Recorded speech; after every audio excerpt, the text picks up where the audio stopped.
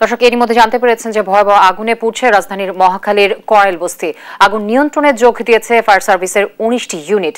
পরিস্থিতি জানাতে সরাসরি যুক্ত হচ্ছেন আমাদের সহকর্মী তারেক মাহমুদ সুজন। সুজন, পরিস্থিতি এখন আসলে কেমন দেখছেন এবং ভয়াবহতা নিয়ন্ত্রণে আনা সম্ভব হয়েছে কিনা সব মিলে জানাবেন আমাদেরকে।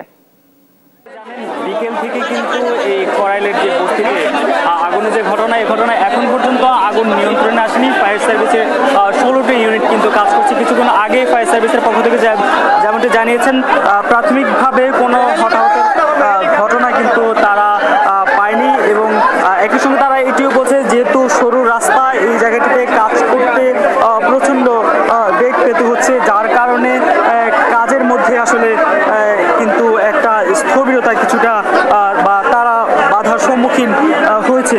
তারপরও তারা সর্বোচ্চ চেষ্টা করছেন, কিন্তু এখনো পর্যন্ত আগুন নিয়ন্ত্রণে আসেনি। স্থানীয়রা যেমনটি বলছেন যে হেলিকপ্টারের মাধ্যমে যাতে আগুন নিয়ন্ত্রণে আনার জন্য হেলিকপ্টারের মাধ্যমে উপর থেকে পানি দেওয়ার কিন্তু দাবি কিন্তু এখানকার মানুষ যারা রয়েছেন তারা দাবি করছেন, আহ্বান করছেন।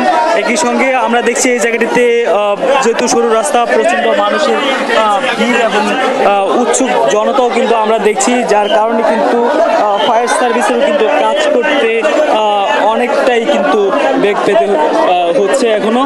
তো ফায়ার সার্ভিসের পক্ষ থেকে কিছুক্ষণ আগে কথা বলেছে, তারা যেমনটি বলছেন তারা সর্বোত্তম কাজ করছে এবং প্রাথমিকভাবে ক্ষয়ক্ষতির যেই তথ্য সেটি জানাতে পারেন, তবে হতাহতের কোনো ঘটনা কিন্তু তারা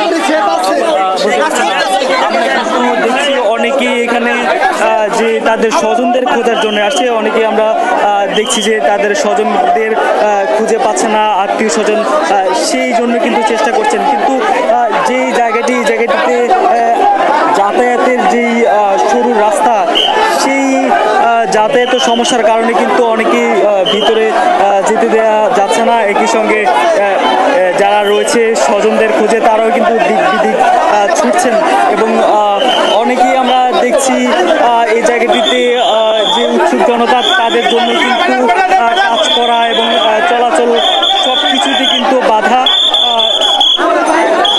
এবং আমরা স্বেচ্ছাসেবকদেরকে দেখছি তারাও যেমনটি বলছেন অনেকে পাইপের মধ্যে বাধার সৃষ্টি করছেন, হাঁটা চলাচল করছেন। আমরা দেখছি আপনার সঙ্গে কাকে খুঁজছেন আপনি? আমার ভাই, সবাই ভিতরে ছিল।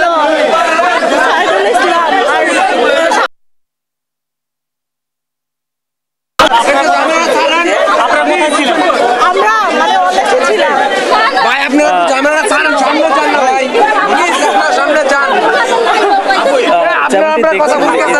কিন্তু এই স্বজনদের খোঁজে অনেকে এসে আহাজারি করছে, তারা কিন্তু তাদের স্বজনদের খুঁজছে।